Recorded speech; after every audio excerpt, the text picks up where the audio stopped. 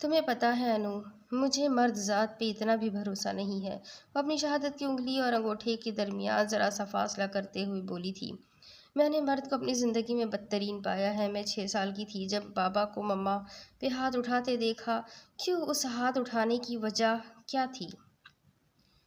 बाबा 3-4 दिन घर नहीं आए। मम्मा ने पूछा तो थोड़ी सी अनबन हुई। बाबा ने मम्मा को मारा पीटा कि तुम कौन होती हो मुझसे सवालात करने वाली। उस दिन दादू ने जब मम्मा के जख्म देखकर बाबा से पूछा कि तुम दोनों की कोई बात हुई, तो पता है बाबा ने क्या कहा था?